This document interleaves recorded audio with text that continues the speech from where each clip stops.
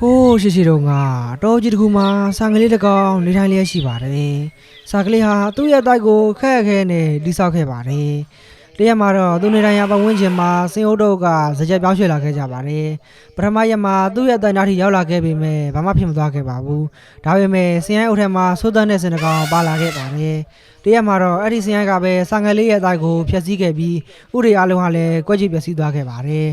စာကလူနဲ့စင်ရကြမှာဘိုင်ယန်ညမှမရှိပဲဘာလို့ဒီလိုလုပ်တာလဲလို့မေးမြန်းဖို့ရောက်လာခဲ့ပါတယ်။ရိုင်းဆိုင်ကျုံမှလုံးနဲ့စင်ကတော့ငါတို့တော့ဘာဖြစ်လဲသင်လိုစာငယ်လေးကဘာပြန်လုံးမှလဲလို့ရိုင်းဆိုင်ပြောဆိုခဲ့ပါတယ်။တနာစရာစာငယ်လေးကတော့သူ့ရဲ့ကလေးတွေအတွက်လက်စားချင်မယ်လို့ပြောရင်းထွက်သွားခဲ့ပါတယ်။ပထမဆုံးစာကပဲစိတ်ရန်သွားပြီးအကူကြီးတောင်းခံခဲ့ပါတယ်။ဖေချောင်းကောင်စင်ကိုရှင်းပြလိုက်တဲ့အခါမှာတော့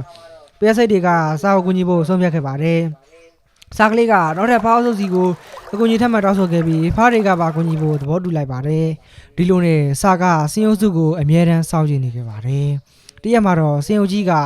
သူနဲ့စင်ရဲ့ကြားမှာကွဲကွာသွားခဲ့ပြီးစာကပဲစိတ်တို့ကိုတည်လာခဲ့ပြီးစင်ရဲ့အနာကိုချလိုက်ပါတယ်ပဲစိတ်ကစင်ရဲ့အနာကိုတက်ပြီးမျက်လုံးကိုကိုက်ဖြတ်လိုက်ပါတယ်စင်ဟာရရနေခဲ့ပြီးသူ့ရဲ့မျက်လုံးကိုပိတ်နေတဲ့ပဲစိတ်တွေကဂမန်ကရန်နဲ့ပြေးလွှားနေခဲ့ပါတယ်သူ့ရဲ့မျက်လုံးကိုစိတ်ကြောဖို့ရေစက်ကိုလိုက်ရှာနေတဲ့စင်ကြီးကိုဖားအုပ်စုက